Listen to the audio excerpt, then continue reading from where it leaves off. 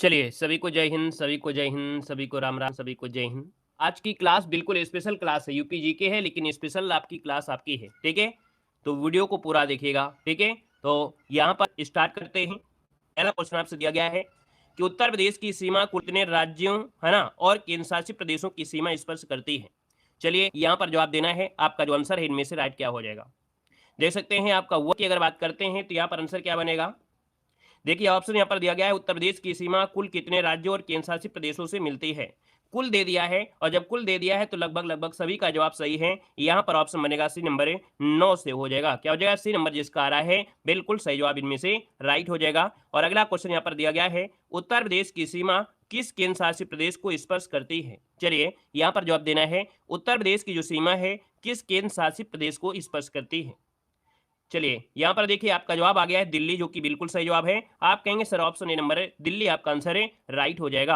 अगले क्वेश्चन को आते हैं। क्वेश्चन आपसे दिया गया है उत्तर प्रदेश के कौन से जिले को इस पर उत्तर प्रदेश के कौन कौन से जिले दिल्ली को स्पर्श करते हैं? चलिए बताइएगा दिल्ली को जो स्पर्श करते हैं कौन कौन से जिले स्पर्श करते हैं? 3 को ऑप्शन देना है। देखिए आपको जब दिल्ली से बात करते हैं तो आप कहेंगे सर गाजियाबाद, है ना? और कौन सा है? यहाँ पर गौतम बुद्ध नगर। तो गाजियाबाद, गौतम बुद्ध नगर, जो कि ऑप्शन देखिए पहला ही आपका आंसर है, यहाँ पर राइट हो जाएगा। और जिसका ऑप्शन आ गया है ये नंबर बिल्कुल सही है। अगले क्वेश्चन को आते हैं। क्वेश्चन दिया गया है उत्तर प्रदेश की पूर्वी सीमा को कौन से राज्य स्पर्श करते हैं? उत्तर प्रदेश की पूर्वी सीमा को कौन से राज्य स्पर्श करते हैं?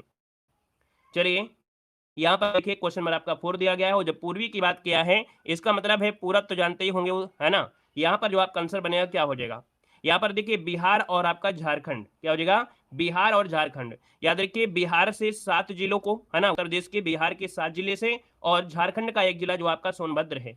और वहीं पर आपका जो जैसे आपका झारखंड हो गया, छत्तीसगढ़ से भी एक जिला है। तो यहाँ पर याद रखिए इसका ऑप्शन डी जिसका है बिल्कुल राइट बनेगा। अगला क्वेश्चन दिया गया है कि कौन सा राज्य उत्तर प्रदेश की पश्चिमी सीमा को स्पर्श करते हैं? कौन सा राज्य उत्तर प्रदेश की पश्चिमी सीमा को स्पर्श करते हैं? पूरा पश्चिम आपको जरूर याद रखना है। यहाँ पर देखिए कि उत्तर प्रदेश कौन सा राज्य उत्तर प्रदेश की पश्चिमी सीमा को, तो 5 का ऑप्शन क्या बनेगा? तो पश्चिमी सीमा क्या हो जाएगा? यहाँ पर सी नंबर राजस्थान। क्या हो जाएगा? राजस्थान। अब बात जब आई है राजस्थान की तो आप कहेंगे राजस्थान को जो स्पर्श करते हैं 2 जिले स्पर्श करते हैं, कौन कौन है? तो यहाँ पर आप कहेंगे कि सर एक तो आपका मथुरा है ना? क्या है यहाँ पर? दूसरा कौन सा है? तो यहाँ पर आगरा है, याद रखिएगा आगरा। तो ये आपके राजस्थान को स्पर्श करते हैं। क्लियर हो रहा है? आगे बढ़ते क्वेश्चन आपसे दिया गया है कि उत्तर प्रदेश की दक्षिणी सीमा को स्पर्श करने वाले राज्य कौन से हैं? उत्तर प्रदेश की दक्षिणी सीमा को स्पर्श करने वाले राज्य। अब दक्षिण की बात कर रहा है तो आप कहेंगे सर दक्षिण की बात कर रहा है, और यहाँ पर देखिए आपका जो ऑप्शन है 6 नंबर में क्या हो सकता है? अभी अभी बात हुई थी छत्तीसगढ़ और मध्य प्रदेश की, छत्तीसगढ़ और मध्य प्रदेश, जो कि ऑप्शन बनेगा आपका बी नंबर। ठीक है। अब बात आती है छत्तीसगढ़, तो अभी बताया था छत्तीसगढ़ में, छत्तीसगढ़ का मतलब छत्तीसगढ़ के देखा जाए तो एक जिला है जो सोनभद्र की स्पर्श करता है ना? सोनभद्र है जो छत्तीसगढ़ को स्पर्श करता है, मतलब एक ही जिला है। वहीं पर अगर मध्य प्रदेश पूछ लेता है तो आप क्या जवाब देंगे? आपके मध्य प्रदेश 11 जिलों की स्पर्श करता है, यूपी के 11 जिलों को स्पर्श करता है दोस्तों, याद रखिएगा। ठीक है ना? आगे बढ़िए। क्वेश्चन आपसे दिया गया है उत्तर प्रदेश की सबसे लंबी सीमा रेखा किस राज्य को स्पर्श करती है? बताइएगा यहाँ पर आंसर क्या हो जाएगा? खुश रहिए। चलिए, जब लाइव पता नहीं है कि लाइव है कि नहीं है तो भी क्या मतलब है? देखो आपसे कह रहा है उत्तर प्रदेश की सबसे लंबी सीमा रेखा किस राज्य की स्पर्श करती है, और डेली क्लास लाइव चलती है, डेली क्लास लाइव ही चलती है, लेकिन पता रहे तब ना। देखिए उत्तर प्रदेश की सबसे लंबी सीमा रेखा किस राज्य को है, तो 7 की अगर बात करते हैं तो आप कहेंगे सर ये है आपके मध्य प्रदेश, है ना? मध्य प्रदेश है। और अभी बताया मध्य प्रदेश के यहाँ पर कितने 11 जिलों से स्पर्श होती है। तो आपका जो आंसर आएगा यहाँ पर आपका ये नंबर है राइट हो जाएगा दोस्तों, याद रखिएगा। और इन 11 जिलों में जैसे सोनभद्र हो गया, मिर्जापुर, आपका प्रयागराज, चित्रकूट, बांदा, महोबा, झांसी, और कौन सा? ललितपुर, आगरा, इटावा, जालौन, ये आपकी स्पर्श करते हैं। अगले क्वेश्चन पर आते हैं। क्वेश्चन आपसे अगला पूछा गया है कि उत्तर प्रदेश की सबसे छोटी किस राज्य के साथ है? तो उत्तर और 8 की अगर बात करते हैं तो आप कहेंगे यहाँ पर हिमाचल प्रदेश हो जाएगा, हिमाचल प्रदेश बन जाएगा। आगे बढ़ते हैं। क्वेश्चन आपसे अगला पूछा गया है, कह रहा है उत्तर प्रदेश का एकमात्र जिला जो कि हिमाचल प्रदेश को स्पर्श करता है। यहाँ पर बताना है आपका जो आंसर है, आपसे कह रहा है कि उत्तर प्रदेश का एकमात्र जिला जी। तो यहाँ पर आंसर जो आएगा यहाँ पर क्या हो सकता है? यहाँ पर देखिए ऑप्शन बनेगा आपका डी नंबर, ये है आपका सहारनपुर। क्या हो जाएगा? उत्तर प्रदेश की स्पर्श करता है, जिसका ऑप्शन आ गया है यहाँ पर डी नंबर है, बिल्कुल सही जवाब हो जाएगा दोस्तों, याद रखिएगा। ठीक है ना? अगला क्वेश्चन यहाँ पर आपसे दिया गया है सहारनपुर कितने राज्यों की सीमा को स्पर्श करता है? बताइएगा जो सहारनपुर है वो कितने राज्यों की सीमा, 10 नंबर है, 10 को ऑप्शन बनेगा यहाँ पर बी नंबर है, कितने 3 राज्यों को, और 3 राज्यों में से सबसे पहले तो आपका हिमाचल प्रदेश हो गया है ना, फिर उत्तराखंड हो गया, फिर आपका हरियाणा। याद रखिएगा, हिमाचल प्रदेश, फिर आपका उत्तराखंड, फिर आपका यहाँ पर हरियाणा। ये 3 आपके कह सकते हैं आपके राज्यों की सीमा को स्पर्श करता है। क्लियर हुआ? आगे बढ़िए, क्वेश्चन आपसे अगला पूछा गया है और दिया गया है कि उत्तर प्रदेश का पर राइट इनमें से क्या हो जाएगा। चलिए भाई फटाफट जवाब देना है, आंसर इनमें से क्या हो जाएगा। कह रहा है हुआ उत्तर प्रदेश का वह जिला जो 4 राज्यों की स्पर्श करता है। अब आप कहेंगे सर यहाँ पर 11 का जो ऑप्शन है आपका डी नंबर हो जाएगा, यहाँ पर आपका सोनभद्र। क्या हो जाएगा? सोनभद्र जिसका ऑप्शन आ गया है बिल्कुल सही जवाब इनमें से राइट हो जाएगा, है ना। झारखंड से भी मिलाता है, आपके छत्तीसगढ़ से भी आपका होता है, मध्य प्रदेश से भी आपका होता है, ठीक है ना। और अगले क्वेश्चन को आते हैं। क्वेश्चन दिया गया है कि मध्य प्रदेश उत्तर प्रदेश के कितने जिलों को स्पर्श करता है। मध्य प्रदेश उत्तर प्रदेश के कितने जिलों की स्पर्श करता है ना, बिल्कुल जीरो से है। यहाँ पर दे सकते हैं मध्य प्रदेश उत्तर प्रदेश के कितने जिलों को, तो आपका जो आंसर आएगा 12 नंबर में क्या बनेगा, तो आप कहेंगे सर यहाँ पर जो ऑप्शन आ गया है कौन सा, सी नंबर। यहाँ पर 11 बिल्कुल सही जवाब है, यहाँ पर सी नंबर 11 आपका आंसर हो जाएगा। और अभी अभी हमने बताया 11 जिलों में से ज्यादा से ज्यादा क्वेश्चन होता है, जैसे आपका सोनभद्र, मिर्जापुर, प्रयागराज, चित्रकूट, बांदा, महोबा, है ना, झांसी, ललितपुर, आगरा, इटावा और जालौन। ठीक है, आगे बढ़िए, क्वेश्चन आपसे अगला पूछा गया है उत्तर प्रदेश का कौन सा जिला है गिरा है ना, किससे, मध्य प्रदेश से गिरा है। 13 ऑप्शन में से क्या हो जाएगा, तो 13 की अगर बात करते हैं तो दोस्तों ऑप्शन में से क्या हो जाएगा, सी नंबर ललितपुर हो जाएगा। क्या हो जाएगा, ललितपुर, जो कि ऑप्शन है यहाँ पर सी नंबर है, राइट हो जाएगा दोस्तों, याद रखिएगा। आगे बढ़ते हैं, क्वेश्चन आपसे अगला पूछा गया है और आपसे कह रहा है कि एकमात्र देश उत्तर प्रदेश की सीमा को स्पर्श करता है। तो देश की अगर बात कर दिया है तो क्या बोलेंगे, आप कहेंगे सर जब देश की बात करता है तब आप कहेंगे सर नेपाल के साथ अंतरराष्ट्रीय सीमा बनाता है। क्या, नेपाल के साथ अंतरराष्ट्रीय सीमा यहाँ पर बनाता है दोस्तों, याद रखिए, नेपाल के साथ, ठीक है ना। और यहाँ पर अगला क्वेश्चन दिया गया है उत्तर प्रदेश के कितने जिले नेपाल को स्पर्श करते हैं। उत्तर प्रदेश के कितने जिले नेपाल के साथ, ये भी क्वेश्चन आपसे बहुत बार पूछा गया है, तो आप बताइएगा कि नेपाल के साथ जो स्पर्श करते हैं वो आपके कितने स्पर्श करते हैं। चलिए, वेरी गुड, यहाँ पर याद रखिए 7 जिले, जिसका ऑप्शन आया सी नंबर 7 जिले आपका हो जाएगा। और इन सालों में सबसे पहला आपका जो आता है पीलीभीत, है ना, लखीमपुर खीरी, बहराइच, श्रावस्ती, बलरामपुर, सिद्धार्थनगर, महाराजगंज, ये नेपाल की सीमा को स्पर्श करते हैं। अगला क्वेश्चन दिया है उत्तर प्रदेश और हरियाणा के बीच सीमा बनाने वाली नदी कौन सी है। उत्तर प्रदेश और हरियाणा के बीच जो सीमा बनाने वाली नदी है वो आपकी है कौन सी। आप कहेंगे सर सोलह की अगर हम बात कर लेते हैं तो यहाँ पर जो ऑप्शन है ए नंबर है, ये है आपकी यमुना नदी है। कौन है, यमुना नदी है, तो ऑप्शन आपका ए नंबर है। यहाँ पर उत्तर प्रदेश का सर्वाधिक क्षेत्रफल वाला जिला आपका कौन सा है, यहाँ पर जवाब देना है खीरी। क्या हो जाएगा, लखीमपुर खीरी, तो आपका ए नंबर है, राइट हो जाएगा दोस्तों, याद रखिएगा। अगले क्वेश्चन को आते हैं। क्वेश्चन दिया गया है उत्तर प्रदेश का सबसे कम क्षेत्रफल वाला जिला कौन सा है। यहाँ पर जवाब देना है, आपका जो आंसर है यहाँ पर इनमें से राइट क्या हो जाएगा कि उत्तर प्रदेश का सबसे क्षेत्रफल वाला जिला इनमें से कौन है। आप कहेंगे सर 18 की अगर बात कर लेते हैं तो यहाँ पर देखिए जो आपका है हापुड़। क्या है, हापुड़, जो कि ऑप्शन बनेगा यहाँ पर कौन सा, लगभग सबका जवाब सही है, बिल्कुल प्रयास। बिहार को स्पर्श करते हैं, उत्तर प्रदेश के कितने जिले बिहार को स्पर्श करते हैं, यहाँ पर आंसर क्या हो जाएगा। चलिए यहाँ पर देखो, अभी बताया था बिहार के बारे में।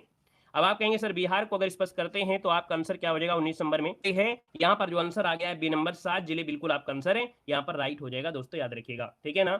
और यहाँ पर दोस्तों आगे बढ़ते हैं, क्वेश्चन आपसे अगला पूछा गया है, कह रहा है उत्तर प्रदेश के कितने जिले हरियाणा को स्पर्श करते हैं। उत्तर प्रदेश के कितने जिले हरियाणा को स्पर्श करते हैं। यहाँ पर देखिए आपका आंसर क्या हो जाएगा, खुश रहिए भैया, खुश रहिए।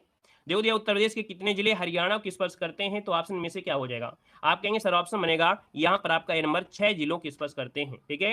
हरियाणा को 6 जिले कौन है, तो आपके सहारनपुर, शामली, बागपत, गौतम बुद्ध नगर, अलीगढ़ और मथुरा।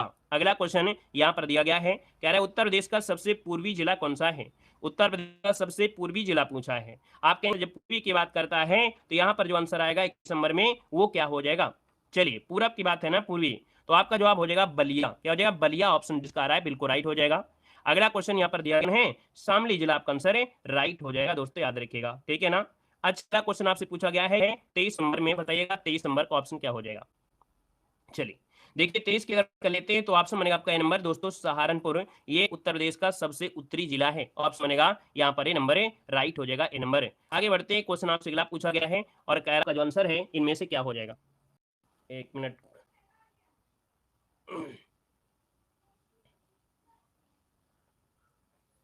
चलिए अब बफरिंग आपकी नहीं होगी।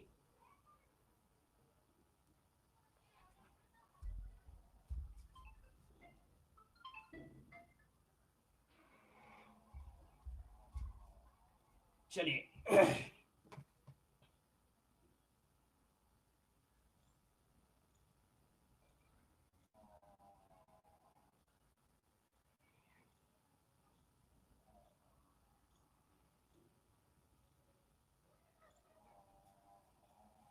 चलिए बताइएगा, आपसे कह रहा है कि उत्तर प्रदेश का सबसे दक्षिणी जिला कौन सा है। यहाँ पर जो आपका आंसर है वो राइट में से क्या हो जाएगा 24 नंबर में।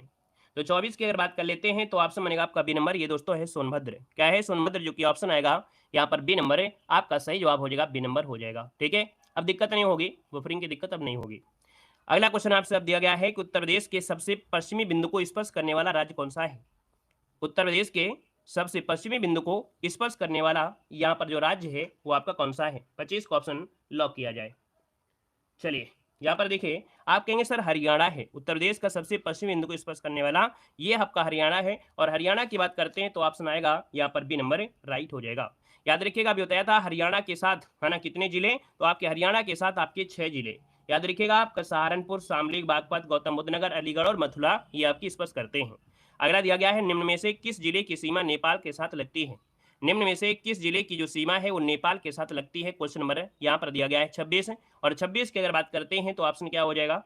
यहाँ पर देखिए ऑप्शन बनेगा आपका नेपाल के साथ लगती है आपके महाराजगंज। अभी हमने बताया था कि भैया महाराजगंज जो ऑप्शन है, ऑप्शन आपका बनेगा आपका सी नंबर महाराजगंज। और नेपाल के साथ हमने बताया था 7 जिले, कौन, पीलीभीत, लखीमपुर खीरी, बहराइच, श्रावस्ती, बलरामपुर, सिद्धार्थनगर और महाराजगंज। ये आपको नोट करते चलना है। अगला क्वेश्चन दिया गया है निम्न जिलों का उत्तर से दक्षिण सही क्रम बताना है। निम्न जिलों में से आपसे कह रहा है कि भैया उत्तर से दक्षिण आपको जाना है ना, कहां से, उत्तर से दक्षिण आपको चलना है, उत्तर से दक्षिण। तो उत्तर से जब दक्षिण को आप लोग आएंगे तो यहाँ पर कौन कौन से जिले यहाँ पर मिलेंगे। पहला दिया है सिद्धार्थ नगर, संत कबीर नगर, अंबेडकर नगर, संत रविदास नगर। पहला ये ऑप्शन यहाँ पर राइट हो जाएगा दोस्तों, पहला ये ऑप्शन बन जाएगा।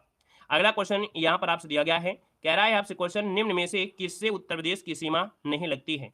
निम्न में से किससे उत्तर प्रदेश की सीमा नहीं लगती है 28 नंबर में। दोस्तों यहाँ पर देख सकते हैं, अभी अभी आपने पढ़ा भी था कि भैया राजस्थान के साथ लगती है ना, हरियाणा के साथ लगती है, लेकिन पंजाब के साथ नहीं लगती है। तो ऑप्शन जिसका आएगा यहाँ पर आपका ए नंबर पंजाब, ऑप्शन आपका आंसर है राइट हो जाएगा। अगले क्वेश्चन को बढ़ते हैं। क्वेश्चन आपसे अगला पूछा गया है कि निम्न में से किस जिले को अंतर्राष्ट्रीय सीमा स्पर्श नहीं करती है। निम्न में से किस जिले को अंतर्राष्ट्रीय सीमा स्पर्श नहीं करती है 29 नंबर में। देखिए यहाँ पर देख सकते हैं अंतर्राष्ट्रीय सीमा की अगर बात करते हैं तो इसका मतलब है कि जो नेपाल के साथ लगे होंगे, और नेपाल के साथ जो लगे हैं वो आपके पीलीभीत, लखीमपुर खीरी, बहराइच, श्रावस्ती, बलरामपुर, सिद्धार्थनगर और महाराजगंज है। तो इनमें से ऐसा कौन सा ऑप्शन मिला है। आप कहेंगे सर बस्ती जो आपका ये नहीं मिला है, इसका मतलब है कि जो ऑप्शन आएगा वो आपका डी नंबर है, यहाँ पर राइट हो जाएगा, डी नंबर हो जाएगा। ठीक है ना। अगले पॉइंट में आते हैं, उत्तर प्रदेश के किस जिले में सबसे कम वर्षा होती है। चलिए जवाब देना है, यहाँ पर आंसर क्या हो जाएगा कि उत्तर प्रदेश के किस जिले में सबसे कम वर्षा होती है। यहाँ पर आंसर क्या बनेगा, 1 को ऑप्शन दीजिएगा। जवाब आ गया है ऑप्शन बी और ऑप्शन डी, 2 ऑप्शन आ रहे हैं, किसी का मथुरा आ रहा है, किसी का बांदा आ रहा है। लेकिन याद रखिए आपका आंसर जो आपको बनेगा उत्तर प्रदेश में है ना, कहां पर, तो आपकी मथुरा में सबसे कम वर्षा होती है। वीडियो को पूरा देखिएगा क्योंकि वीडियो के अंत में आपकी थ्योरी भी आपको पढ़ाई गई है ना, तो ऑब्जेक्टिव क्वेश्चन के साथ साथ थ्योरी भी आपकी कवर हो जाएगी। चलिए अगला क्वेश्चन यहाँ पर आपसे दिया गया है, कह रहा है क्षेत्रफल की दृष्टि से उत्तर प्रदेश का भारत के राज्यों में स्थान कौन सा है। यहाँ पर जवाब देना है कि क्षेत्रफल की दृष्टि से उत्तर प्रदेश का भारत के राज्यों में स्थान जो है वो आपका कौन सा है। इसका आंसर क्या बनेगा। देखिए यहाँ पर आप देखेंगे कि आप कह रहे हैं चौथा है, और चौथा की अगर बात करते हैं तो ऑप्शन बी नंबर इसका बिल्कुल सही जवाब यहाँ पर राइट हो जाएगा। अगर हम आपसे क्रम से पूछे कि सबसे पहला स्थान किसका आता है तो आप कहेंगे सर राजस्थान का सबसे पहला स्थान आता है, याद रखिएगा। अगले क्वेश्चन को आते हैं। क्वेश्चन आपसे अगला पूछा गया है कि लखनऊ की सीमा किसे स्पर्श नहीं करती है। अब आपको ये बताना है लखनऊ के आसपास के जितने भी आपके जिले हैं, यहाँ पर लखनऊ के आसपास के जितने भी जिले हैं, अब यहाँ पर देख सकते हैं कि आप कहेंगे सर लखनऊ अगर देखा जाए तो आपके बाराबंकी से जुड़ा है, उन्नाव से जुड़ा है, हरदोई से जुड़ा है, लेकिन आपके बलिया से नहीं जुड़ा हुआ है। तो आपका जो आंसर आएगा यहाँ पर क्या हो जाएगा, ए नंबर बलिया, जिसको ऑप्शन आया है बिल्कुल सही जवाब हो जाएगा। अगले क्वेश्चन कराते हैं। क्वेश्चन आपसे दिया गया है, कह रहा है निम्न में से कौन सा जिला बुंदेलखंड क्षेत्र का है। चलिए क्वेश्चन नंबर आपका दिया गया है 4 नंबर में, कह रहा है कौन सा जिला बुंदेलखंड क्षेत्र का है। अब बुंदेलखंड में देखो आपका महोबा है, चंदौली है, एटा है, औरैया है। अब आपके सामने आंसर आ गया है, आप कहेंगे सर जो महोबा है ये बुंदेलखंड जिले में आता है, तो बुंदेलखंड की अगर बात करते हैं तो आप समझेंगे आपका नंबर है महोबा हो जाएगा। महोबा में दोस्तों याद रखिए पान की खेती की है आपकी की जाती है, पान अनुसंधान महोबा। अगला क्वेश्चन यहाँ पर दिया है कि उत्तर प्रदेश की पूर्व से पश्चिम तक की कुल लंबाई कितनी है। आपने पढ़ा होगा कि उत्तर प्रदेश की पूरब से पश्चिम तक की जो लंबाई है ना, याद रखिए पूरब से पश्चिम तक की जो लंबाई है वो आपकी कितनी है। चलिए जवाब आ गया है 550 तो नहीं होगा भाई, 650 बिल्कुल सही होगा। 650 है कहीं ऑप्शन में, जी हाँ 650 से ऑप्शन सी नंबर है राइट हो जाएगा 650 किलोमीटर। अगला क्वेश्चन दिया गया है कि उत्तर प्रदेश का दक्षिणी पठार का भाग है ना ढाल किस दिशा में है। मतलब यहाँ पर ये कह रहा है कि उत्तर प्रदेश का जो दक्षिणी पठारी भाग है इसकी जो ढाल है वो किस दिशा की ओर है। ये जो ढाल है वो किस दिशा की ओर है, उत्तर से दक्षिण की ओर है, दक्षिण से उत्तर की ओर है, पश्चिम से पूरब की ओर, या यहाँ पर पूरब से पश्चिम की ओर। देखिए 6 नंबर का जो ऑप्शन होगा क्या हो जाएगा, थोड़ा सा दिमाग लगाइए, आपका आंसर क्या हो जाएगा।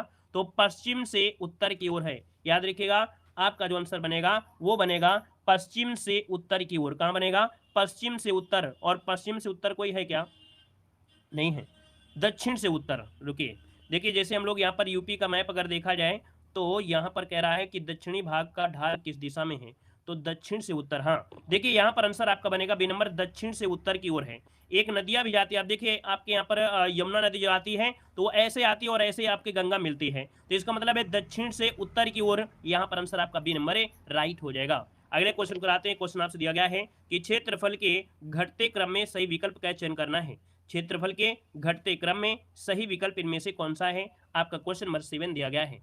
यहाँ पर 7 का ऑप्शन क्या हो जाएगा, तो 7 की अगर बात करते हैं तो देखिए आप कहेंगे सबसे पहले यहाँ पर क्षेत्रफल में राजस्थान का नाम आएगा, राजस्थान हो गया, यहाँ पर मध्य प्रदेश, महाराष्ट्र और फिर आपका उत्तर प्रदेश, मतलब ऑप्शन आपका सी नंबर है राइट हो जाएगा, सी नंबर है। आगे बढ़ते हैं। क्वेश्चन आपसे दिया गया है, कह रहा है कि उत्तर प्रदेश में सर्वाधिक वर्षा का जो क्षेत्र है वो आपका इनमें से कौन है।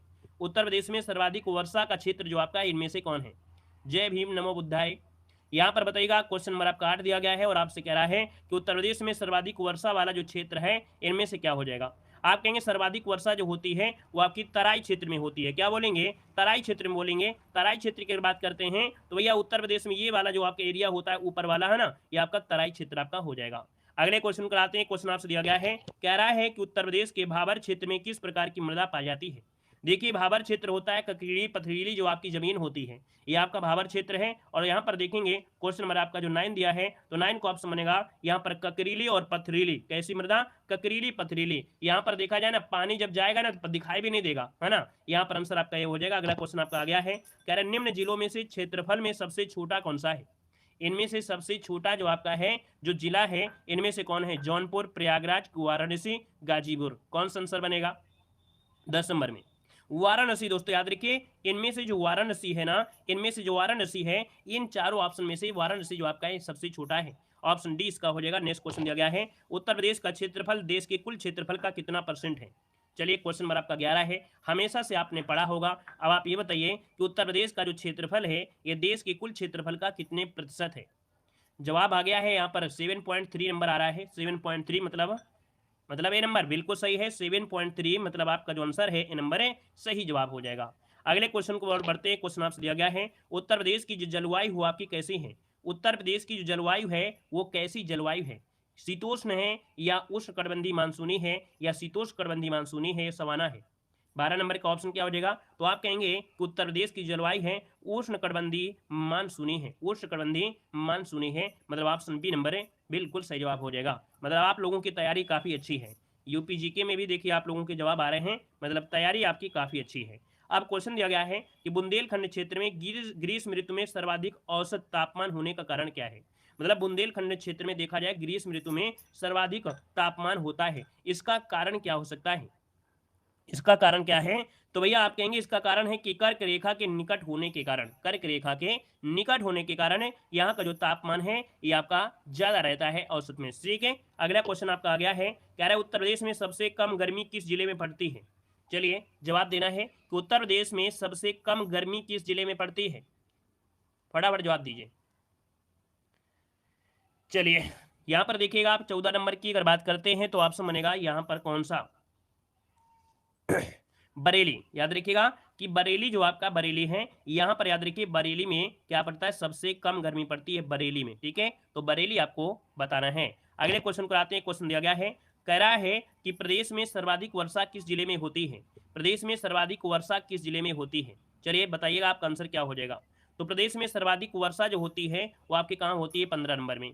15 की अगर बात कर लेते हैं तो ऑप्शन आ रहा है गोरखपुर, और गोरखपुर जो ऑप्शन दिया गया है जी हाँ आपका आंसर है बिल्कुल सही है, गोरखपुर आपका आंसर है राइट हो जाएगा। अगले क्वेश्चन को आते हैं। क्वेश्चन दिया गया है कि उत्तर प्रदेश में सर्वाधिक औसत वार्षिक वर्षा जो होती है ये आपके कहाँ पर होती है। ये आपको अभी पढ़ाया गया था कि जो औसत वर्षा होती है ये कहाँ पर होती है, ये बताइए आपका आंसर इनमें से क्या हो जाएगा। चलिए, तो भैया अभी मैंने बताया जो तराई क्षेत्र होते हैं, क्या जो आपके तराई क्षेत्र होते हैं यहाँ पर आपकी बारिश ज्यादा होती है। ऑप्शन बनेगा यहाँ पर आपका बी नंबर है। अगला क्वेश्चन दिया गया है, कह रहा है प्रदेश में भाबर और तराई क्षेत्र का विस्तार कितना है। प्रदेश में भाबर क्षेत्र और तराई क्षेत्र का जो विस्तार है वो कितना है, यहाँ पर क्वेश्चन नंबर 17 दिया गया है। तो आप कहेंगे कि इसका जो विस्तार मिलेगा है ना, उत्तर प्रदेश में जो विस्तार मिलेगा किस प्रकार से, तो दोस्तों यहाँ पर पूरब में देवरिया से लेकर पश्चिम में सहारनपुर, याद रखिए कि पूरब में देवरिया से लेकर पश्चिम में सहारनपुर, ये भाबर क्षेत्र और तराई क्षेत्र का विस्तार आपको मिलता है। ऑप्शन बी यहाँ पर राइट हो जाएगा। आगे बढ़िए, क्वेश्चन आपसे दिया गया है, कह रहा है तराई क्षेत्र की मुख्य पैदावार जो आपकी होती है, मतलब तराई क्षेत्रों में किस चीज की पैदावार ज्यादा होती है। यहाँ पर देखिए क्वेश्चन नंबर 18 दिया गया और 18 की अगर बात कर लेते हैं तो यहाँ पर देखिए जब तराई क्षेत्र में है पानी की अधिकता होगी और पानी का अधिकता होगा तो इसमें धान भी होगा, ठीक है, धान की भी खेती होगी, गेहूं भी होगा, गन्ना भी होगा। तो याद रखिए ऑप्शन बनेगा यहाँ पर बी नंबर, धान गेहूं गन्ना, जो कि तराई क्षेत्र की मुख्य पैदावार वाली फसलें आपकी हैं। अगले क्वेश्चन को आते हैं। क्वेश्चन दिया गया है, उत्तर प्रदेश का सबसे ठंडा महीना कौन सा है। बताइएगा उत्तर प्रदेश में सबसे ज्यादा ठंडी जो पड़ती है ये कब पड़ती है, जवाब देना है।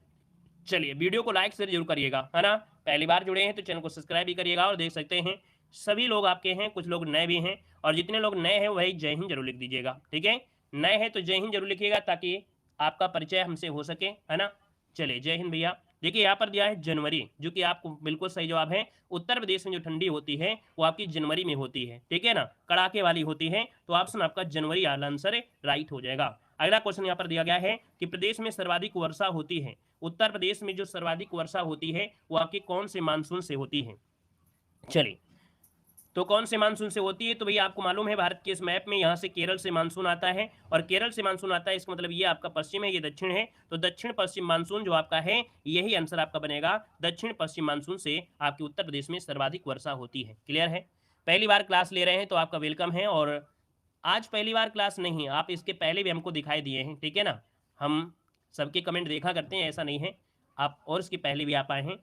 यहाँ पर देखिए अगला क्वेश्चन दिया गया है, प्रदेश में अरब सागर मानसून से वर्षा होती है। क्या कह रहा है कि प्रदेश में अरब सागर मानसून से वर्षा होती है। बात तो वही हो गया ना कि जो अरब सागर से मानसून हो रहा है वर्षा, मतलब दक्षिण के पठारी भाग में, दक्षिण के पठारी भाग में। तो यहाँ पर जो आंसर है वो आपका क्या हो जाएगा, डी नंबर ए राइट हो जाएगा। क्लियर है। चलिए यहाँ पर अगला क्वेश्चन दिया गया है कि उत्तर प्रदेश का कौन सा क्षेत्र आद्यकल्प की प्राचीनतम शहरों से निर्मित है। देखो क्या कह रहा है कि उत्तर प्रदेश का कौन सा क्षेत्र आद्यकल्प की प्राचीनतम शैलों से निर्मित है। ऐसा क्वेश्चन अभी पूछा भी गया है।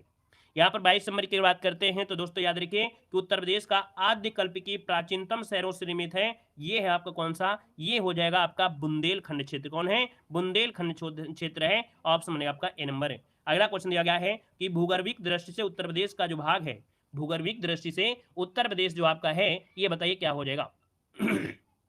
चलिए जी हाँ, देखो आपसे कह रहा है भूगर्भिक दृष्टि से उत्तर प्रदेश जो भाग है, तो आप कहेंगे सर उत्तर प्रदेश का जो भाग है कहीं ना कहीं गोंडवाना लैंड का भाग है ना। याद रखिए इसका जो ऑप्शन बनेगा बी नंबर है, गोंडवाना लैंड का ही भाग है। हमने बताया था कि प्रारंभ में भी विश्व कैसा था, बिल्कुल एक गोले में जैसे आपका जकड़ा हुआ था, लेकिन बाद में क्या हुआ, पृथ्वी की जो प्लेटें हुई वो टकराई, टकराने के बाद टूटा, और इसके बाद ये ऊपर वाला भाग हो गया अंगारा लैंड और नीचे वाला भाग हो गया गोंडवाना लैंड, और गोंडवाना लैंड से ही टूट कर ये भाग आपका भारत आया है, और भारत में जो आपका यूपी है, ठीक है। और आगे बढ़िए, क्वेश्चन दिया गया है, कह रहा है उत्तर प्रदेश की मध्य मैदानी क्षेत्र का जो ढाल है। देखिए उत्तर प्रदेश की मध्य मैदानी, अब यहाँ पर देखो दिया गया है उत्तर प्रदेश की मध्य मैदानी क्षेत्र का जो ढाल है वो किस दिशा की ओर है। 24 नंबर बताइएगा, इसका जो ढाल है वो किस दिशा की ओर है। देखिए उत्तर पश्चिम से, क्या उत्तर पश्चिम से दक्षिण पूर्व की ओर। याद रखिए उत्तर पश्चिम से दक्षिण पूर्व की ओर है, मतलब ऑप्शन आपका ये नंबर राइट हो जाएगा। ये ढाल है आपके उत्तर प्रदेश में, बहुत ऐसी नदियां हैं जिनको आप जानते हैं, है ना। कई नदियां तो आपके दक्षिण से उत्तर की ओर आपकी आती हैं, तो याद रखिए उत्तर दक्षिण से दक्षिण पूर्व की ओर आती हैं। यमुना नदी भी आप देखते हैं कि ऊपर से आती है उत्तर पश्चिम से, और दक्षिण पूर्व की ओर यहाँ पर आके मिलती है। आगे बढ़िए, क्वेश्चन आपसे दिया गया है, कह रहा है लाल मिट्टी पाई जाती है उत्तर प्रदेश में, जो लाल मिट्टी पाई जाती है वो आपके कहां पर पाई जाती है। चलिए क्वेश्चन नंबर 25 ऑप्शन को लॉक करना है, और ऐसे क्वेश्चन को तो छोड़ना नहीं है। चलिए 25 को ऑप्शन आ गया है बी नंबर, वेरी गुड। यहाँ पर आया है मिर्जापुर, मिर्जापुर और झांसी में दोस्तों याद रखिए लाल मिट्टी पाई जाती है, ठीक है। लाल मिट्टी आपकी मिर्जापुर और आपकी झांसी में पाई जाती है। अगला क्वेश्चन दिया गया है कि प्रदेश में अनालिका अपर्दन से सबसे अधिक प्रभावित जिला कौन सा है। तो दोस्तों अवनालिका अपर्दन मतलब ये होता है कि मिट्टी का कटाव छटाव होता है और एक नाली के जैसा बन जाता है, धीरे धीरे मिट्टी कटती रहती है। तो सबसे ज्यादा कहाँ होगा, जब बालुई क्षेत्र होगा। और बालुई क्षेत्र देखा जाए तो इनमें से कौन सा आपका है, यहाँ पर देखा जाए तो आपका जो इटावा क्षेत्र है, कौन है, इटावा जो ऑप्शन है, इटावा ऑप्शन आपका सही है, जवाब राइट हो जाएगा। अगला क्वेश्चन यहाँ पर दिया गया है, कह रहा है प्रदेश में वायु अपर्दन से सबसे अधिक प्रभावित जिला कौन सा है। अब इसको आपको क्या है, आपको सेंस लगाना है, दिमाग लगाना है। आप कहेंगे सर जी कि वायु अपर्दन होगा कब, जैसे बालू होती है और बालू उड़ेगी, और जब बालू उड़ेगी तो अपर्दन तो होगा ही होगा। तो कहीं ना कहीं देखा जाए तो बालुई वाला क्षेत्र कौन सा है, तो आप कहेंगे उत्तर प्रदेश में जो पश्चिमी क्षेत्र है ना, जैसे राजस्थान से लगा हुआ है, तो आप कहेंगे सर ऑप्शन बनेगा बी नंबर, पश्चिमी क्षेत्र में वायु अपर्दन होता है, वायु मृदा अपर्दन सबसे अधिक होता है। ठीक है, आगे बढ़िए, क्वेश्चन आपसे दिया गया है, कह रहा है प्रदेश के मैदानी क्षेत्र में, क्या दिया है, प्रदेश के मैदानी क्षेत्र में पाई जाने वाली नवीन जलोढ़ मिट्टी को क्या नाम से जानते हैं। याद रखें कि जलोढ़ मिट्टी दो प्रकार की होती है, जलोढ़ मिट्टी दो प्रकार की होती है, एक नवीन जलोढ़ मिट्टी और दूसरी होती है पुरानी जलोढ़ मिट्टी। नवीन जलोढ़ मिट्टी को बोलते हैं खादर और पुरानी को बोलते हैं बांगर। तो आप कहेंगे सर यहाँ पर नवीन पूछा है, तो ऑप्शन सी हो जाएगा कि खादर जो मिट्टी है ये नवीन जलोढ़ मिट्टी को कहा जाता है खादर, और जो भाबर होता है ये क्या होता है, बांगर। बांगर जो बांगर आपकी है ये पुरानी जलोढ़ मिट्टी होती है। पुरानी जलोढ़ मिट्टी मतलब ये हुआ कि जैसे कि यहाँ पर बाढ़ आया, बाढ़ का काफी दिन पहले बिल्कुल बंजर टाइप का हो गया है, पुरानी बंजर लोग कह सकते हैं, बांगर कहते हैं। ठीक है, आगे बढ़िए, क्वेश्चन दिया गया है, कह रहा है प्रदेश के मैदानी क्षेत्र में पुरानी जलोढ़ मिट्टी को किस नाम से जानते हैं। जो भी अभी हमने बताया कि पुरानी जलोढ़ मिट्टी को जानते हैं किस नाम से, आप कहेंगे सर ऑप्शन बनेगा बांगर वाला कोई ऑप्शन है। देखिए बांगर ऑप्शन डी नंबर है, राइट हो गया है। अगला क्वेश्चन यहाँ पर दिया गया है, कह रहा है प्रदेश क्या है, उत्तर प्रदेश के पश्चिमी क्षेत्रों में पाई जाने वाली काली मिट्टी को अन्य किस नाम से जानते हैं। तो दोस्तों देखिए उत्तर प्रदेश के जो पश्चिमी क्षेत्र हैं वहां पर काली मिट्टी पाई जाती है, और काली मिट्टी को और किस नाम से जानते हैं। आप कहेंगे सर काली मिट्टी का और भी नाम है करेल मिट्टी, क्या बोलते हैं इसे, करेल बोलते हैं। ठीक है ना, काली मिट्टी को करेल के नाम से भी जाना जाता है, और इंटरनेशनल तरीके से चेरोनिज्म कहते हैं, भारत में इसे रेगुर मिट्टी के नाम से भी जानते हैं। तो आप समझेगा करेल इसे कहते हैं, करेल। ठीक है ना, और अगले क्वेश्चन को आते हैं। क्वेश्चन दिया गया है, कह रहा है प्रदेश में भोटा मृदा पाई जाती है। अभी आपको ये पड़वा मृदा, करेल मृदा, ये सभी आपको मिलेंगे, वीडियो को पूरा देखिएगा। यहाँ पर देखो प्रदेश में जो भोटा मृदा पाई जाती है ये कहाँ पर पाई जाती है, तो प्रदेश में भोटा मृदा जो पाई जाती है ये कौन से क्षेत्र में मिलती है। ये सब क्या है, मिट्टी का स्थानीय नाम है, कोई उसे कुछ बोलता है, कोई उसे बछिया बोलता है, कोई उसे पड़वा बोलता है, लेकिन बस अपना क्षेत्र होता है, लेकिन होता वही चीज है। तो दोस्तों याद रखिएगा कि भोटा मृदा पाई जाती है जो आपका विंध्य का क्षेत्र है, जो विंध्य का क्षेत्र है, यहाँ पर आंसर बनेगा आपका सी नंबर है। अगला क्वेश्चन है, यहाँ पर देखो दिया गया है क्वेश्चन, उत्तर प्रदेश में पाई जाने वाली लाल मिट्टी वाले क्षेत्र की मुख्य फसलें क्या हैं। मतलब लाल मिट्टी जो आपकी पाई जाती है, अभी बताया था कि मिर्जापुर साइड में पाई जाती है, झांसी में पाई जाती है। अब यहाँ पर देखा जाए इनमें खेती कौन सी होती है, तो इनमें दलहनी और तिलहनी फसल होती हैं। कौन सी, दलहनी और तिलहनी फसल का काफी अच्छा से उत्पादन होता है। तो आप समझेगा आपका सी नंबर राइट हो जाएगा। अगले क्वेश्चन को आते हैं। क्वेश्चन दिया गया है कि प्रदेश में पाई जाने वाली मृदा में कौन सी मृदा लवण युक्त मृदा होती है। मतलब यहाँ पर लवण युक्त देखा जाए नमकीन मृदा जो आपकी होती है, नमक की मात्रा ज्यादा होती है, ऐसी कौन सी मृदा होती है। चलिए तो दोस्तों याद रखिए यहाँ पर जो आंसर आएगा इसे बोलते हैं रेह और ऊसर मृदा। ठीक है, रेह और ऊसर मृदा होती है, ये होती है जिसमें से कह सकते हैं कि लवण युक्त मृदा होती है रेह या और तथा ऊसर मृदा इसे कहते हैं। ऑप्शन डी हो जाएगा। नए क्वेश्चन है तो इसको स्क्रीनशॉट लेते हुए चलेंगे, अपनी नोट्स भी बनाएंगे। अगला क्वेश्चन है, किसे रेह, बंजर तथा कल्लर नामों से भी जाना जाता है।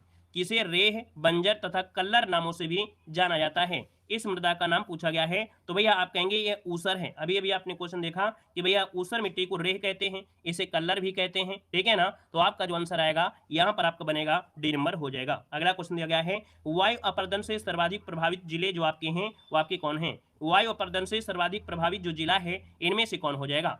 तो दोस्तों यहाँ पर देखिए बस दिमाग लगाना है, आंसर तो आपके सामने है। चलिए यहाँ पर जो आंसर आएगा क्या हो जाएगा, तो आप कहेंगे सर ए नंबर आगरा मथुरा। चलिए आगरा और मथुरा बिल्कुल आपका सही जवाब आया है, ए नंबर आपका राइट हो जाएगा। आगरा और मथुरा बिल्कुल सही जवाब है। अगले क्वेश्चन को आते हैं। क्वेश्चन दिया गया है, किसे किसान का मौत कहा जाता है। किसे किसान का मौत कहा जाता है। दोस्तों किसान का मौत, दोस्तों जलीय अपर्दन जैसे होता है ना, इसमें थोड़ा बहुत यहाँ पर क्या होता है, उपजाऊ मृदा जाती है, लेकिन याद रखिएगा परत अपर्दन भाई जो परत अपर्दन हो रहा है तो इसमें तो ऊपर की मिट्टी उड़ गई, और जब मिट्टी ऊपर की पूरी उड़ जाएगी तो भैया इसमें से खेती में कुछ होगा ही नहीं। इसलिए कि याद रखिएगा कि परत अपर्दन को किसान का मौत कहा जाता है। तो ऑप्शन बनेगा यहाँ पर आपको कौन सा, यहाँ पर बी बताना है, अनालिका अपर्दन मत बताइएगा, ठीक है ना। और देखिए कह रहा है राज्य और उत्तर प्रदेश। देखिए उत्तर प्रदेश का जो पुनर्गठन हुआ कब हुआ, तो आपसे क्वेश्चन पूछेगा कि उत्तर प्रदेश का पुनर्गठन, तो आप कहेंगे 1 नवंबर 1956 को इसका पुनर्गठन हुआ था। वर्तमान विधानसभा कौन सी चल रही है, तो आप कहेंगे 18वीं विधानसभा आपकी चल रही है। यहाँ पर देखिए 18वीं विधानसभा के जो अध्यक्ष वो आपके कौन है, तो आप कहेंगे 18वीं विधानसभा के जो अध्यक्ष वो आपके सतीश महाना है। कौन है, सतीश महाना हो जाएंगे। अगला क्वेश्चन दिया गया है कि 18वीं विधानसभा के जो प्रोटेम स्पीकर हैं, है ना, तो वो आपके कौन है, तो प्रोटेम स्पीकर आपके हैं रमापति शास्त्री, ठीक है, रमापति शास्त्री हो जाएगा। अगला क्वेश्चन आपसे दिया गया है कि 18वीं विधानसभा में महिलाएं निर्वाचित हुई हैं। आप कहेंगे सर 18वीं विधानसभा में जो महिलाएं निर्वाचित हुई हैं, सर्वाधिक महिलाएं 48 महिलाएं निर्वाचित हुई थी, दोस्तों याद रखिएगा। अगला आपसे क्वेश्चन दिया गया है कि भैया 18वीं विधानसभा, है ना, यहाँ पर दिया गया है वर्तमान में जो आपके मुख्यमंत्री हैं, तो आप जानते हैं योगी आदित्यनाथ हैं। 21वें व्यक्ति और 33वें मुख्यमंत्री आपके हैं, ठीक है ना। एकाना स्टेडियम में 25 मार्च 2022 को इनका क्या हुआ था, शपथ ग्रहण हुआ था। अगला दिया गया वर्तमान राज्यपाल कौन है, तो आप कहेंगे सर वर्तमान में जो उत्तर प्रदेश के राज्यपाल हैं वो आपके आनंदीबेन पटेल आपके हो जाएंगे। और ये परिवर्तन आपको समय समय पर देखने को मिलता रहता है। यहाँ पर दिया है विधानसभा विपक्ष के नेता आपके अखिलेश यादव हैं। और भारत का सर्वाधिक शोरगुल वाला शहर कौन सा है, तो भारत का सर्वाधिक शोरगुल वाला जो शहर है वो कौन है, तो आप कहेंगे सर्वाधिक शोरगुल होता है आपकी मुरादाबाद में। कहां पर होता है, मुरादाबाद में होता है। यहाँ पर देखो अगला दिया है राजकीय चिन्ह क्या है, तो दोस्तों याद रखिएगा उत्तर प्रदेश का जो राजकीय चिन्ह है वो क्या है। आप कहेंगे सर एक गोला होता है, मतलब एक वृत्त हो गया, वृत्त के भीतर 2 मछलियां आपकी होती हैं, और यहाँ पर एक तीर कमान आपका होता है, दोस्तों याद रखिएगा। राजकीय पक्षी क्या है, आपको बताना है कि राजकीय पक्षी क्या है, तो उत्तर प्रदेश का जो राजकीय पक्षी वो आपका सारस अर्थात जो आपका क्रॉच है, ठीक है। अगला दिया गया राजकीय पशु क्या है, तो आप कहेंगे राजकीय पशु है बारहसिंगा, क्या हो जाएगा, बारहसिंगा हो जाएगा। अगला दिया गया राजकीय वृक्ष क्या है, तो आप कहेंगे सर उत्तर प्रदेश का जो राजकीय वृक्ष है ये आपका है क्या, अशोक है। डायरेक्ट क्वेश्चन यहीं से आ जाते हैं, बड़े बड़े एग्जामों में छोटे छोटे क्वेश्चन आपको देखने को मिल जाते हैं। यहाँ पर राजकीय पुष्प क्या है, तो राजकीय पुष्प क्या है, तो उत्तर प्रदेश का राजकीय पुष्प है पलाश है। इसे यहाँ पर क्या बोलते हैं, टेसु करके भी नाम बोला जाता है। यहाँ पर राजकीय खेल क्या है, तो आप कहेंगे राजकीय खेल आपका हॉकी है, क्या है, यहाँ पर हॉकी है। अगला है उत्तर प्रदेश का सबसे पूर्वी जिला कौन सा है, तो देखो अभी आपने पढ़ा भी था, अब वन लाइनर फैक्ट में आप पढ़ेंगे कि उत्तर प्रदेश का सबसे पूर्वी जिला कौन है, आप कहेंगे बलिया है। उत्तर प्रदेश का सबसे पश्चिमी जिला कौन है, तो आप कहेंगे सर पश्चिमी जिला कौन है, यहाँ पर शामली हो जाएगा। अगला दिया गया है उत्तर प्रदेश का सबसे उत्तरी जिला कौन सा है, तो उत्तर प्रदेश का सबसे उत्तरी जिला पूछा है, तो आप कहेंगे सर सहारनपुर हो जाएगा, क्या हो जाएगा, सहारनपुर हो जाएगा। यहाँ पर हाँ जी हाँ वही टेसु, ठीक है। यहाँ पर ढाक भी इसे बोलते हैं पलाश को। देखिए उत्तर प्रदेश का जो दक्षिणी जिला है वो आपका कौन है, आप कहेंगे सोनभद्र है, कौन है, सोनभद्र हो जाएगा। अगला है उत्तर प्रदेश दिवस कब मनाते हैं, तो आप कहेंगे सर उत्तर प्रदेश दिवस मनाते हैं यहाँ पर 24 जनवरी को। कब मनाते हैं, तो 24 जनवरी को उत्तर प्रदेश दिवस मनाया जाता है। अगला क्वेश्चन है उत्तर प्रदेश का जो 72वां स्थापना दिवस मनाया गया था ये 2022 में मनाया गया था, तो इसका मतलब है 74वां नंबर 2024 हो जाएगा, 73वां नंबर आपके 23 में हो जाएगा, ठीक है। अगला क्वेश्चन यहाँ पर दिया है उत्तर प्रदेश का सबसे पूर्वी जो आपका जिला है, तो जो पूर्वी जिला है तो आप कहेंगे सर ये आपका बलिया है ना, क्या है, बलिया हो जाएगा। अगले क्वेश्चन को आते हैं। क्वेश्चन आपसे दिया गया है कि भैया यहाँ पर देखिए राजधानी क्या है, तो आप सिंपल सी बात है कहेंगे उत्तर प्रदेश की राजधानी क्या है, तो आप कहेंगे सर राजधानी है लखनऊ हो जाएगा। यहाँ पर देखिए गठन आपका 1 नवंबर 1956 को हुआ था। क्षेत्रफल अगर पूछता है तो आप कहेंगे सर क्षेत्रफल की बात करते हैं 240 928, 240 928 ऐसे रट लीजिएगा, 240 928, ठीक है ना। अगला दिया गया जिले कितने हैं, तो आप कहेंगे सर 75 जिले हैं। यहाँ पर नगर निगम कितने हैं, तो याद रखिए नगर निगम कितने हैं, तो आप कहेंगे सर नगर निगम आपके 17 हैं। तहसीलें कितनी, तो आप कहेंगे 350 हैं। संभाग कितने, तो आपके 4 हैं। और मंडल की जब बात करता है तो आप कहेंगे सर मंडल कितने हैं, तो आपके 18 मंडल हैं। आपके यूपी में कितने मंडल हैं, 18 मंडल आपके हैं। यहाँ पर दोस्तों यहाँ पर देखिएगा उत्तर प्रदेश में रामसर जो साइट में स्थल जो आपके शामिल हैं, तो उत्तर प्रदेश में जो रामसर स्थल में शामिल है आपके कितने हो गए हैं, आपके देश में देखा जाए 49 नंबर में है। यहाँ पर याद रखिएगा 10 स्थान हैं जो कि आपके रामसर साइट में आपके हैं, क्लियर है। अगला दिया गया है इलाहाबाद हाईकोर्ट में स्वीकृत पद जो आपके हैं, तो याद रखिएगा इलाहाबाद हाईकोर्ट में स्वीकृत पद जो आपके हैं मतलब जो जज हैं वो कितने, तो आप कहेंगे 160 हैं, है ना, इनसे ज्यादा हो सकते हैं, याद रखिएगा। और नए अपडेट के अनुसार जो तहसीलें हैं वो आपकी 351 हो गई हैं, ठीक है ना। यहाँ पर अगला क्वेश्चन यहाँ पर दिया गया है, कह रहा है उत्तर प्रदेश का पहला आशुद्ध विश्वविद्यालय, उत्तर प्रदेश का पहला आयुष विश्वविद्यालय कौन सा है? तो ये उत्तर प्रदेश का पहला आयुष विश्वविद्यालय आपका गोरखपुर में आपका है। कहां पर है? गोरखपुर में है। उत्तर प्रदेश में दिव्यांगों के लिए पहला स्टेडियम आपके कहां पर बना है? तो दिव्यांगों के लिए पहला स्टेडियम आपके लखनऊ में बना है। कहां पर? लखनऊ में बना है। अगला क्वेश्चन दिया गया है कि स्मार्ट सिटी विकसित करने में पहला स्थान जो आपका है दोस्तों है वो आपका उत्तर प्रदेश है। कौन है? उत्तर प्रदेश है दोस्तों, याद रखिएगा। यहाँ पर देखिए राष्ट्रीय स्तर पर ई पंचायत पुरस्कार जो उत्तर प्रदेश को मिला था, ये कब मिला था? तो आपके 2021 में उत्तर प्रदेश को ई पंचायती राज का पुरस्कार भी यहाँ पर जीता है उत्तर प्रदेश ने। यहाँ पर अगला पॉइंट दिया है कि तीसरा जल पुरस्कार 2021 में जो दिया गया था उत्तर प्रदेश को ही मिला था दोस्तों, है ना। यहाँ पर अगला क्वेश्चन आपसे दिया गया है और क्या कह रहा है, यहाँ पर देखो दिया गया है कि उत्तर प्रदेश का सबसे बड़ा चिड़ियाघर कौन सा है? बताइएगा। चलिए बताइए। कह रहा है उत्तर प्रदेश का सबसे बड़ा जो चिड़ियाघर है ना, ये अशफाक उल्ला खां चिड़ियाघर है, आपके गोरखपुर में है दोस्तों, याद रखिएगा। ठीक है ना। यहाँ पर भारत का पहला जो चमड़ा पार्क है वो आपके कहां पर है? तो भारत का पहला चमड़ा पार्क आपके यहाँ है, तो आप कहेंगे उत्तर प्रदेश में है। कहां पर है? उत्तर प्रदेश में है, जो कि आपके कानपुर में है। ठीक है। उत्तर प्रदेश का पहला गिद्ध संरक्षण प्रजनन केंद्र कहां पर है? तो दोस्तों उत्तर प्रदेश का पहला गिद्ध संरक्षण प्रजनन आपके महाराजगंज में। कहां पर है? महाराजगंज में है। अगला है सीएए लागू करने वाला पहला राज्य कौन था?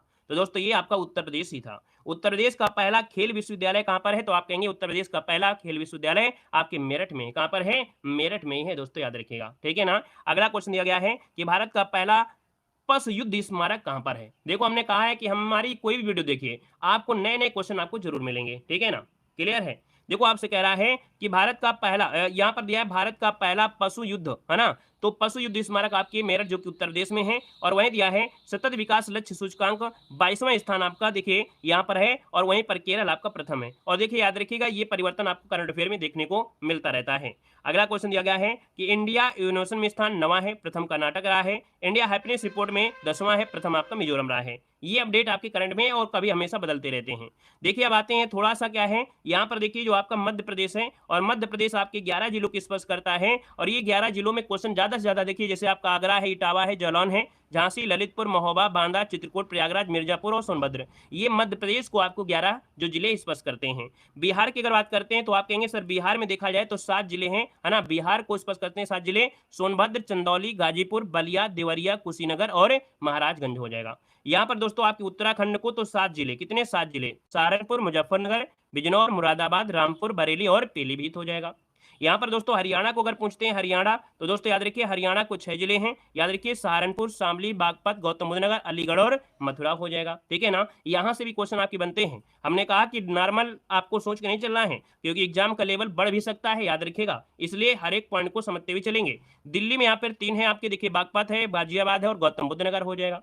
यहाँ पर दोस्तों राजस्थान के आपके देख सकते हैं, राजस्थान को 2 जिले आगरा और मथुरा स्पर्श करते हैं। अब दोस्तों यहाँ पर देख सकते हैं कि आपके छत्तीसगढ़ को, है ना, छत्तीसगढ़ को 1 जिला जो सोनभद्र है, झारखंड को 1 जिला आपके सोनभद्र है, हिमाचल प्रदेश को 1 जिला आपके सहारनपुर, ये स्पर्श करता है। अगला नेपाल को पूछा जाए तो नेपाल कहेंगे सर 7 जिले हो जाएंगे।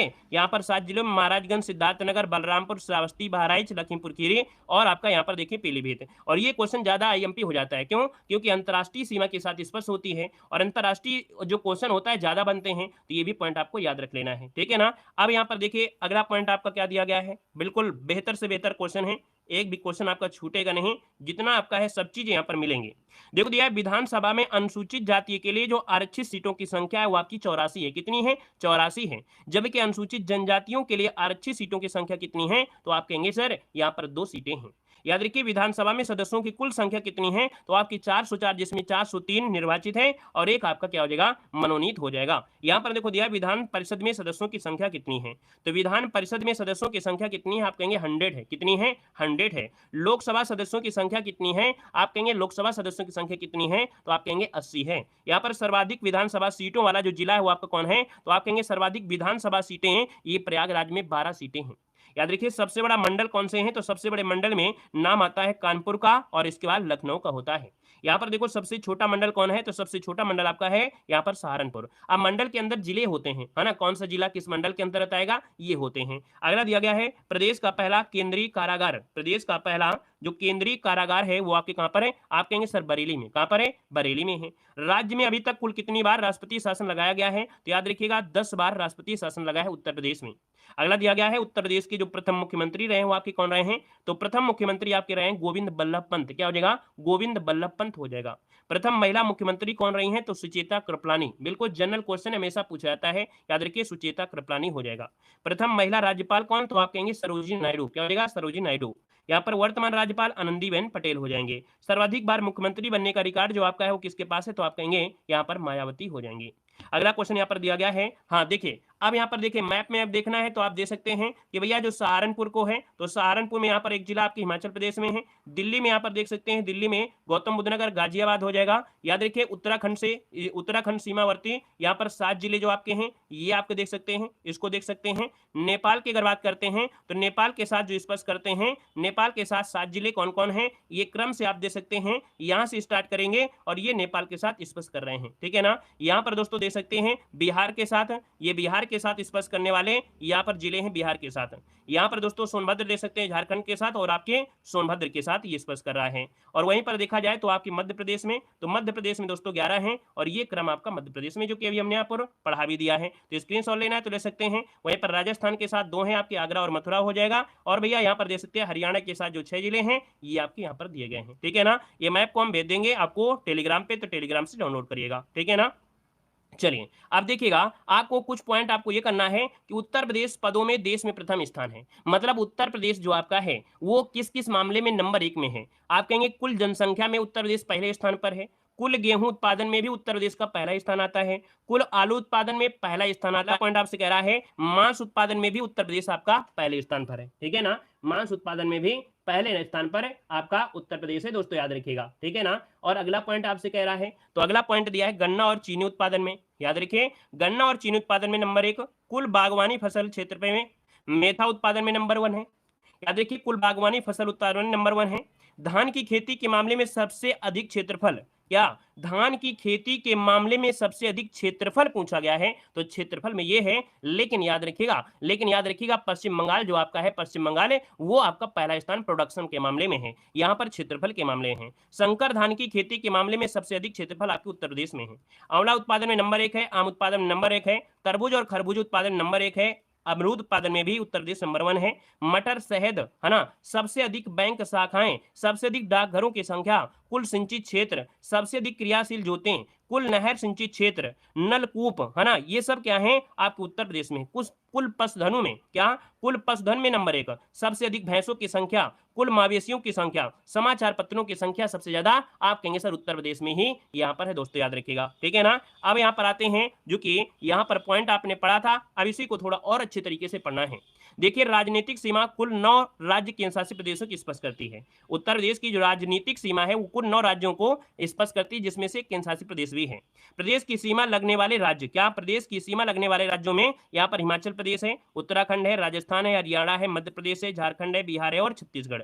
देखिए उत्तर प्रदेश की सीमा लगने वाले केंद्र शासित प्रदेशों में यहाँ पर दिल्ली में, तो देखिए उत्तर प्रदेश के गाजियाबाद, गौतम बुद्ध नगर, ये दिल्ली को स्पर्श आपके करते हैं। सबसे पूर्वी सीमा को स्पर्श करने वाला राज्य कौन सा है, तो याद रखिए उत्तर प्रदेश की पूर्वी सीमा को स्पर्श करने वाले राज्यों में यहाँ पर झारखंड और बिहार आते हैं, याद रखिएगा। प्रदेश की पश्चिमी सीमा से लगने वाले राज्य में आपका राजस्थान है, हरियाणा है और केंद्र शासित प्रदेश दिल्ली आपका आता है। यहाँ पर देखो दिया गया है कि प्रदेश की उत्तरी सीमा से लगने वाले राज्य कौन है, तो उत्तरी सीमा से लगने वाले कौन है, तो आप कहेंगे उत्तराखंड और आपका हिमाचल प्रदेश है, ये उत्तर प्रदेश के उत्तरी सीमा से स्पर्श करते हैं। यहाँ पर दिया गया है कि प्रदेश की दक्षिणी सीमा से लगने वाले राज्य कौन से हैं, चलिए बताइए। कह रहा है कि प्रदेश की दक्षिणी सीमा से, तो दक्षिणी सीमा में छत्तीसगढ़ है और आपका मध्य प्रदेश है। उत्तर प्रदेश की सबसे लंबी, क्या उत्तर प्रदेश की सबसे लंबी सीमा रेखा मध्य प्रदेश के साथ लगती है, किसके साथ, मध्य प्रदेश के साथ लगती है। उत्तर प्रदेश की जो न्यूनतम सीमा रेखा है ये किसके साथ लगती है, आप कहेंगे सर हिमाचल प्रदेश के साथ लगती है। उत्तर प्रदेश का एकमात्र सहारनपुर जिला ही हिमाचल प्रदेश के साथ स्पर्श करता है। हिमाचल प्रदेश के साथ साथ सहारनपुर की जो सीमा है उत्तराखंड और हरियाणा से भी लगती है। ये क्वेश्चन अभी भी पूछा भी गया था। अगला क्वेश्चन यहाँ पर दिया गया है, कह रहा है सर्वाधिक 4 प्रदेशों की सीमा को स्पर्श करने वाला जो उत्तर प्रदेश का जिला है वो आपका सोनभद्र है। सोनभद्र देखिए बिहार, झारखंड, मध्य प्रदेश और छत्तीसगढ़ को स्पर्श करता है। याद रखिएगा उत्तर प्रदेश के सबसे अधिक 11 जिलों की स्पर्श करने वाला राज्य कौन है, आप कहेंगे सर मध्य प्रदेश हो जाएगा। अगला है मध्य प्रदेश 3 तरफ से घिरा हुआ है। उत्तर प्रदेश का जिला जो आपका है कौन, ललितपुर जो आपका है ये मध्य प्रदेश से 3 तरफ से घिरा हुआ है। उत्तर प्रदेश के सबसे अधिक 9 जिलों की स्पर्श करने वाला कौन है, आप कहेंगे सर बदायूं, कौन है, बदायूं हो जाएगा। उत्तर प्रदेश, देखिए उत्तर प्रदेश की जो सीमा है को स्पर्श करने वाला विदेशी राष्ट्र मतलब अंतर्राष्ट्रीय सीमा, आप कहेंगे सर नेपाल है जो अंतर्राष्ट्रीय सीमा तरीके से यहाँ पर जुड़ा है। उत्तर प्रदेश के 7 जिले देखिए कौन, तो उत्तर प्रदेश के 7 जिले पीलीभीत, लखीमपुर खीरी, बहराइच, श्रावस्ती, बलरामपुर, सिद्धार्थनगर और महाराजगंज ये नेपाल के साथ सीमा साझा करते हैं। और ये बहुत आईएमपी है क्योंकि नेपाल के साथ अंतर्राष्ट्रीय सीमा से जुड़े हुए 7 जिले आपके बहुत आईएमपी, याद रखिएगा। अगला क्वेश्चन यहाँ पर आपसे दिया गया है, कह रहा है आपसे क्वेश्चन कि नेपाल की सीमा उत्तर प्रदेश को लगभग 500 कितना है, नेपाल की जो सीमा है उत्तर प्रदेश को लगभग 579 किलोमीटर लगभग स्पर्श करती है। उत्तर प्रदेश तथा हरियाणा के बीच सीमा निर्धारण करने वाली नदी कौन है, तो याद रखिए उत्तर प्रदेश और हरियाणा के बीच सीमा निर्धारण करती है यहाँ पर यमुना नदी है। उत्तर प्रदेश के सबसे अधिक क्षेत्रफल वाले 4 जिले कौन है, तो सबसे अधिक क्षेत्रफल में 4 जिले देखिए, सबसे पहले लखीमपुर खीरी, सोनभद्र, हरदोई, फिर आपका सीतापुर। ये क्षेत्रफल के मामले में है दोस्तों, सबसे पहले लखीमपुर, सोनभद्र, हरदोई, फिर आपका सीतापुर। उत्तर प्रदेश की सबसे कम क्षेत्रफल वाले जिलों में सबसे पहला हापुड़, फिर संत रविदास नगर, फिर गाजियाबाद, फिर आपका शामली, इसमें से आते हैं, क्रमबद्ध आपका है। उत्तर प्रदेश के वे जो राष्ट्रीय राजधानी क्षेत्र में सम्मिलित हैं, याद रखिए उत्तर प्रदेश के ऐसे जिले जो राष्ट्रीय राजधानी क्षेत्र एनसीआर में सम्मिलित हैं 8 हैं। यहाँ पर याद रखिए गाजियाबाद है, हापुड़ है, मेरठ है, गौतम बुद्ध नगर है, बुलंदशहर है, मुजफ्फरनगर है और शामली। और शामली जो आपका है ये 8वां बनने वाला, ये आपका पिछली बार यूपी पुलिस में क्वेश्चन पूछा गया था कि भैया जो 8वां है ना, या 8वां कह सकते हैं जो अभी हाल ही में हुआ है वो कौन सा जिला है एनसीआर में, तो आपका शामली 8वां जिला आपका शामिल हुआ है। पिछली बार यूपी पुलिस में क्वेश्चन पूछा गया था। अगला क्वेश्चन दिया गया है, उत्तर प्रदेश के सबसे पूर्वी बिंदु को स्पर्श करने वाला जिला कौन है। देखो पूर्वी की बात कह रहा है, इसका मतलब है कि पूर्वी बिंदु को स्पर्श करता है, याद रखिए आपके उत्तर प्रदेश को बिहार, है ना। अगला उत्तर प्रदेश का सबसे पश्चिमी जिला आपका शामली है। उत्तर प्रदेश में सबसे पश्चिमी बिंदु को स्पर्श करने वाला कौन है पश्चिमी में, तो आपका याद रखिए हरियाणा हो जाएगा। उत्तर प्रदेश का सबसे उत्तरी जिला कौन है, तो आप कहेंगे सर सहारनपुर हो जाएगा। उत्तर प्रदेश के सबसे उत्तरी बिंदु को स्पर्श करने वाला राज्य कौन है, तो आप कहेंगे सर हिमाचल प्रदेश हो जाएगा। यहाँ पर उत्तर प्रदेश का सबसे दक्षिणी जिला कौन है, तो आपका सोनभद्र हो जाएगा। कि आपका जलवायु में से पहला पॉइंट है उत्तर प्रदेश की जलवायु कैसी है, तो आप कहेंगे उष्णकटिबंधीय मानसूनी है, जो कि अभी ऑब्जेक्टिव क्वेश्चन मिला भी था। याद रखिए उत्तर प्रदेश की जलवायु है उष्णकटिबंधीय मानसूनी है। गोरखपुर में प्रदेश की सर्वाधिक वर्षा होती है, कितनी, याद रखिएगा 184.7 सेंटीमीटर, मतलब गोरखपुर में सर्वाधिक वर्षा। सबसे कम वर्षा कहाँ होती है, तो आप कहेंगे सबसे कम वर्षा जो होती है वो आपके मथुरा में होती है। कहाँ पर है, मथुरा में होती है दोस्तों, याद रखिएगा। अब दोस्तों एक बात याद रखिएगा कि यहाँ पर प्रदेश में अधिकांश वर्षा जो होती है बंगाल की खाड़ी से आने वाले मानसून से होती है, मतलब कि प्रदेश में अधिकांश वर्षा जो आती है बंगाल की खाड़ी से। अब ऐसा नहीं है कि हम लोगों ने यहाँ पर पढ़ा है क्या अरब सागर से मानसून और एक यहाँ से भी आता है, तो अधिकांश शब्द लगा दिया है, तो हम लोग यहाँ पर कहेंगे कि अधिकांश जो आता है बंगाल की खाड़ी से, क्योंकि ये जो मानसून होता है कुछ इस प्रकार से मानसून उठता है, ये मानसून कुछ इस प्रकार से आता है। तो ऐसे जब आता है मानसून तो यहाँ पर कहीं ना कहीं ये वाला भी मानसून होता है, तो ये वाला मानसून आपको कवर कर लेता है यहाँ से, ठीक है ना। और अगला पॉइंट आपके सामने यहाँ पर दिया गया है कि प्रदेश की कुल भूमि में आर्द्र भूमि जो आपकी है, क्या प्रदेश की कुल आर्द्र भूमि में आर्द्र भूमि आपकी कितनी है, तो 5.15 आपकी है। देखिए यहाँ पर दिया गया है कि सर्वाधिक आर्द्र भूमि वाला जिला कौन सा है, तो सर्वाधिक आर्द्र वाला, देखो हमने बताया ऑब्जेक्टिव पढ़ा है, अगर थ्योरी पढ़ लेंगे तो बिल्कुल क्लियर होगा। याद रखिए सर्वाधिक आर्द्र भूमि वाला जिला कौन है, तो आप कहेंगे सर सोनभद्र जो है वो सर्वाधिक आर्द्र वाला यहाँ पर जिला है। अगला क्वेश्चन देखो दिया गया है कि प्रदेश में बंगाल की खाड़ी वाले मानसून को पूर्वी मानसून कहा जाता है। क्या, जो बंगाल की खाड़ी में आने वाला मानसून है इसे पूर्वी मानसून कहते हैं। दोस्तों एक पॉइंट अगला पॉइंट दिया गया है कि प्रदेश में सर्वाधिक वर्षा पूर्वी मैदान के तराई क्षेत्र में होती है। कहां पर होती है, तो याद रखिए सर्वाधिक वर्षा पूर्वी मैदान की, जैसे आपका उत्तर प्रदेश था तो इसमें पूर्वी क्षेत्र के जो तराई मैदान है यहाँ पर वर्षा आपकी होती है। दूसरा पॉइंट आप देख सकते हैं, कह रहा है कि प्रदेश में शीतकाल और ग्रीष्म काल में चक्रवाती व संवहनी वर्षा होती है। देखते हैं कि उत्तर प्रदेश में सर्दियों में भी वर्षा होती है और सर्दियों में शीतकालीन जो वर्षा होती है इसे चक्रवाती वर्षा या संवहनी वर्षा भी कहा जाता है। अगला क्वेश्चन यहाँ पर दिया है कि प्रदेश के दक्षिणी भाग में अधिक तापमान होने का मुख्य कारण है कि कर्क रेखा के नजदीक होना। ठीक है, अभी आपने पढ़ा था कि बुंदेलखंड क्षेत्र में सर्वाधिक तापमान होता है, क्यों, क्योंकि यहाँ से भाई कर्क रेखा सबसे नजदीक होने के कारण यहाँ पर तापमान ज्यादा होता है। सबसे कम आर्द्र भूमि कहाँ है, तो आप कहेंगे सर सबसे कम आर्द्र भूमि वाला जिला है वो बागपत है और आपका हाथरस है। ठीक है, सबसे कम आर्द्र भूमि वाला जो जिला है वो बागपत है और आपका हाथरस है। अगला है सबसे अधिक गर्मी कहाँ पड़ती है, तो अभी अब बताया था कि सबसे अधिक गर्मी आगरा में और झांसी में, और सबसे कम कहाँ पड़ती है, तो आपकी बरेली में। याद रखिए कि सबसे कम आपकी बरेली में, सबसे ज्यादा आपके आगरा और झांसी में गर्मी पड़ती है। सबसे ठंडा महीना कौन सा है, तो उत्तर प्रदेश का सर्वाधिक ठंडा महीना है कौन है, तो जनवरी महीने में कड़ाके की ठंड आपकी पड़ती है ना। याद रखिएगा, सितंबर अक्टूबर नवंबर की पूरी जो कसर होती है वो जनवरी माह में पूरा यहाँ पर निकल आती है। यहाँ पर आगे बढ़िए, क्वेश्चन आपसे दिया गया है, मृदा और अपरदन से जुड़ा हुआ पॉइंट दिया गया है कि प्रदेश के पश्चिमी जिलों बुंदेलखंड क्षेत्र में कहीं कहीं काली मिट्टी मिलती है जिसे करेल या कपासी मृदा भी कहते हैं। कहां पर? तो आप कहेंगे पश्चिमी जिलों बुंदेलखंड क्षेत्र में कहीं कहीं काली मिट्टी मिलती है जिसे करेल या कपासी मृदा भी कहा जाता है। अगले क्वेश्चन को आते हैं। क्वेश्चन दिया गया है कि करेल या कपासी मिट्टी देखिए कहां मिलती है, तो अलीगढ़, एटा, ललितपुर, हमीरपुर, जालौन, झांसी और कुछ अन्य जिलों में भी पाई जाती है। दोस्तों याद रखिएगा कि प्रदेश के अलीगढ़, एटा, मैनपुरी, कानपुर जिलों में लवणी मृदा एवं क्षारी मृदा भी पाई जाती है। ठीक है ना, याद रखिए यहाँ पर ये भी पॉइंट हुआ। अगले पॉइंट के आते हैं, पॉइंट दिया गया है, कह रहा है कि लाल मिट्टी जो मिलती है कहाँ मिलती है, झांसी, मिर्जापुर, सोनभद्र, चंदौली, है ना, ये जो दक्षिण का बिंद क्षेत्र है यहाँ पर लाल मृदा भी आपकी पाई जाती है। अगला है कि प्रदेश में जलीय अपर्दन का, है ना, क्या दिया है, प्रदेश में जलीय अपर्दन का वायु अपर्दन की अपेक्षा अधिक प्रभाव है। क्या? प्रदेश में जलीय अपर्दन का वायु अपर्दन की अपेक्षा, मतलब यहाँ पर जलीय अपर्दन ज्यादा होता है। क्या? जलीय अपर्दन यहाँ पर ज्यादा होता है। अगला पॉइंट आपसे दिया गया है कि परत अपर्दन समतल क्षेत्रों में बहुत सूक्ष्म तरीके से होता है। परत अपर्दन जो होता है वो समतल क्षेत्रों में बहुत सूक्ष्म होता है जिसे किसान समझ नहीं पाते हैं और खेत की उर्वरता कम होती रहती है, इसलिए इसे किसान की मौत कहते हैं। अभी आपने पढ़ा था किसान की मौत, क्यों? क्योंकि भैया जो कह सकते हैं जो बारीक बिल्कुल छोटे छोटे कण होते हैं वो धीरे धीरे क्या होते हैं, परत द्वारा भगते रहते हैं, किसान समझ नहीं पाता है और उसकी उर्वरक क्षमता होती है कम हो जाती है, इसलिए इसे किसान की मौत कहा जाता है। अगला दिया गया है कि अवनालिका क्षरण से उत्तर प्रदेश का यमुना और चंबल का जो क्षेत्र है सर्वाधिक प्रभावित रहता है। ठीक है ना, अवनालिका अपर्दन से उत्तर प्रदेश का यमुना और चंबल का जो क्षेत्र है जैसे इटावा है ये सर्वाधिक प्रभावित रहता है। अगला है कि उत्तर प्रदेश में सर्वाधिक मात्रा में जलोढ़ मिट्टी पाई जाती है। क्वेश्चन पूछे कि उत्तर प्रदेश में सबसे ज्यादा जो आपकी मिट्टी पाई जाती है वो आपकी कौन पाई जाती है, तो आप कहेंगे सर जलोढ़ मृदा पाई जाती है। अगला क्वेश्चन दिया गया है कि लवणी एवं क्षारी मृदा को समानता ऊसर, बंजर, कल्लर, रेह नाम से जानते हैं। जो लवणी मृदा और क्षारी मृदा है इसको भैया ऊसर भी कहते हैं, बंजर है, कल्लर है, रेह के नाम से भी जानते हैं। देखो बुंदेलखंड क्षेत्र में लाल मृदा, है ना, कमा पखा मतलब जिसे पड़वा कहते हैं, मार, माड़, राकर जिसे राकर बोलते हैं, भोंटा मृदा भी पाई जाती है। बुंदेलखंड क्षेत्र में देखिए भोंटा मृदा आपकी पाई जाती है। अगला क्वेश्चन दिया गया है वायु अपर्दन से उत्तर प्रदेश के मथुरा और आगरा जिले सर्वाधिक प्रभावित है। ठीक है ना। अगला है जलीय अपर्दन से उत्तर प्रदेश का सर्वाधिक प्रभावित जिला, प्रभावित क्षेत्र जो आपका है वो हिमालय का तराई क्षेत्र है। ठीक है, हिमालय का तराई क्षेत्र जिसे आपके नेपाल से जुड़ा हुआ है, तो ये आपकी जलीय अपर्दन से सबसे ज्यादा प्रभावित रहता है। अब यहाँ पर देखिए उत्तर प्रदेश की मिट्टियों के स्थानीय नामों में यहाँ पर खादर और बांगर दिए गए हैं, तो भैया इसे हम लोग पुरानी जलोढ़ कहते हैं, ऊपर हार मृदा कहते हैं, दोमट कहते हैं, मटियार कहते हैं, बलुई दोमट भी कहते हैं। जो ऊसर मृदा होती है, ऊसर भूमि या लवणी मृदा जिसे बोलते हैं, ऊसर भूमि में लवणी तथा क्षारी मृदा होती है, इसे रेह भी कहते हैं, बंजर भी कहते हैं, स्थानीय नामों से कल्लर भी कहते हैं। अगला देखिए बालुई मृदा होती है, बालुई मिट्टी जो होती है ऊंचे टीलों में होती है और याद रखिए इसे भूड़ कहते हैं। क्या बोलते हैं? बालुई मिट्टी को भूड़ कहते हैं।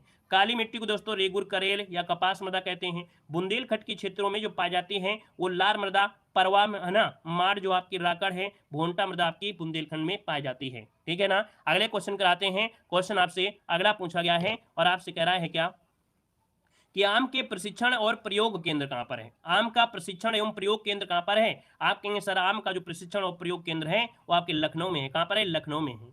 प्रदेश के 3 कृषि निर्यातक क्षेत्र हैं। क्वेश्चन पूछेगा कि प्रदेश में कितने निर्यातक क्षेत्र हैं, आप कहेंगे 3 कृषि निर्यातक क्षेत्र। एक तो लखनऊ हो गया, फिर यहाँ पर सहारनपुर हो गया, फिर यहाँ पर आपका आगरा हो गया जहां से निर्यात की जाती है वस्तुएं। अगला है मैथा ऑयल शिवाला के पत्तों से निकाला जाता है। उत्तर प्रदेश मैथा ऑयल के मामले में नंबर 1 है भारत में।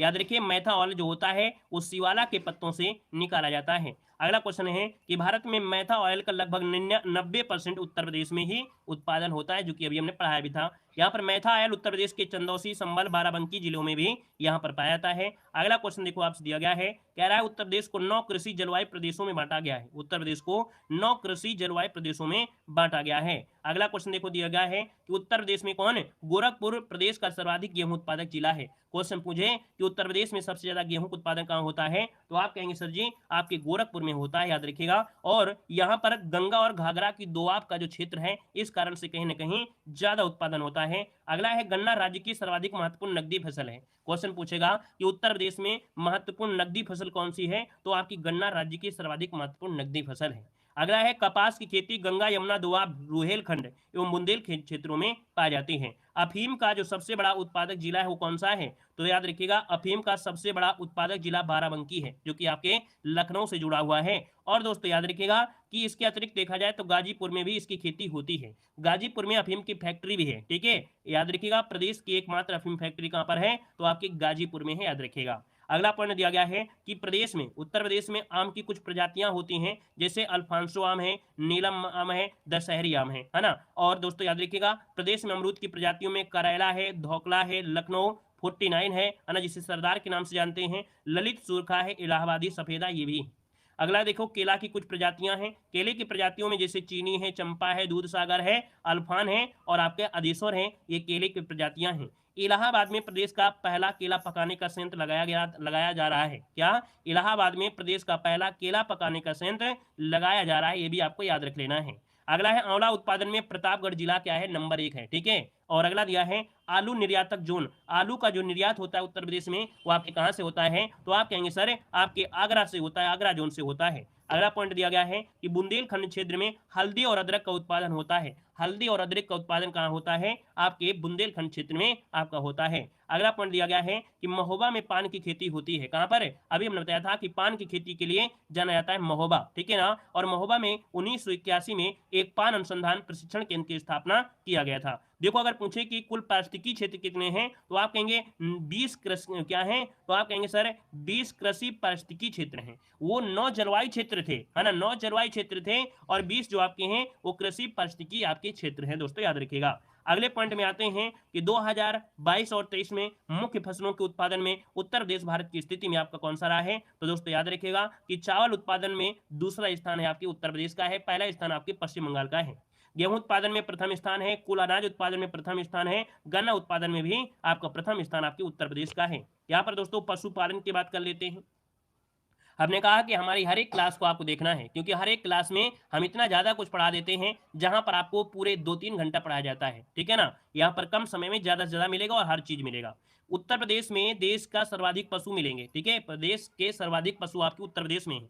याद रखिएगा भरारी जो कि झांसी में है, पशु चारा बैंक स्थापित किया गया था। कहां पर? पशु चारा बैंक स्थापित किया गया था झांसी में। कहां पर? झांसी में जगह एक पड़ती है, भरारी पड़ती है, ठीक है ना।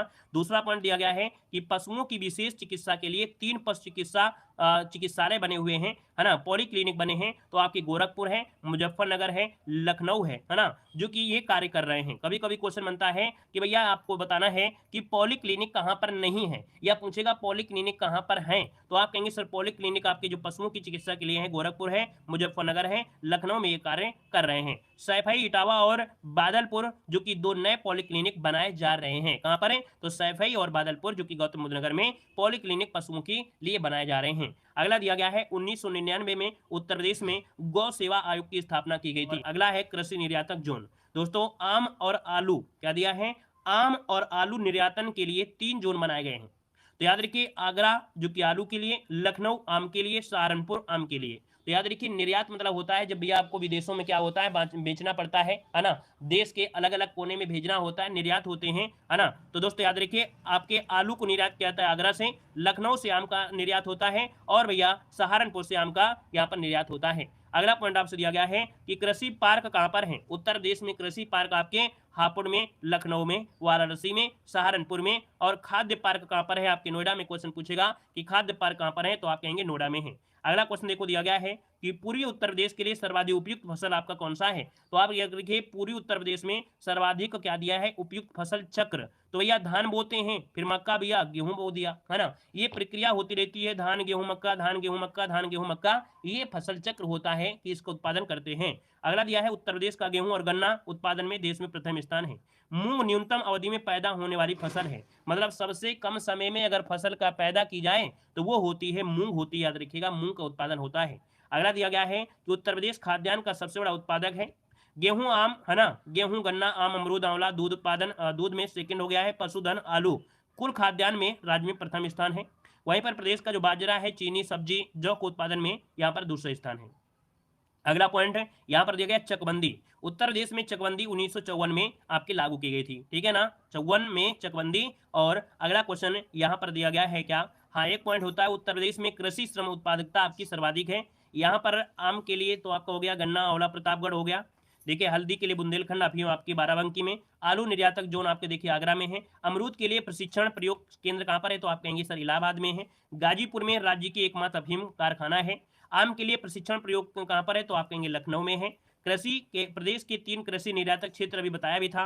आम के लिए आम सहारनपुर है ना, लखनऊ में आम के लिए, सहारनपुर आम के लिए, और आगरा जो आपका है ये आपके आलू के लिए है दोस्तों, याद रखिएगा, ठीक है ना। और अगले पॉइंट में आते हैं कि कन्नौज में पुष्प इत्र के कारखाने स्थापित किए गए हैं। मतलब सेंट बनाने जो आपके होते हैं, इत्र जिसे बोलते हैं, तो इत्र के जो कारखाने कहाँ पर है, तो आप कहेंगे कन्नौज नगरी को इत्र नगरी के नाम से जाना जाता है दोस्तों, याद रखिएगा। और अगला पॉइंट आपसे यहाँ पर दिया है नदी तंत्र। नदी तंत्र को हम लोग पढ़ेंगे, अब कोई नया पार्ट होगा, मतलब नेक्स्ट पार्ट में जब आएंगे तब नदियों से रिलेटेड आपके ऑब्जेक्टिव क्वेश्चन होंगे, है ना, उन्हीं से रिलेटेड आपकी थ्योरी भी होगी, ठीक है। मिलते हैं अब आपको 8:50 में हिंदी की एक नई क्लास में, जो कि हमारी ये हिंदी की क्लास हमेशा चलती है, एग्जाम हो या ना हो, चाहे कोई भी एग्जाम हो, इंडिया का कोई भी एग्जाम हो, ऑल एग्जाम के लिए 8:50 में क्लास हमारी चलती है, जिसमें पुलिस है, एसआई है, आरओ है, या बीएड एग्जाम हो, कोई भी एग्जाम देने जा रहे हैं कि टॉप 50 हम आपको डेली क्लास देते हैं 8:50 में, ठीक है। धन्यवाद सभी को, जय हिंद, वंदे मातरम।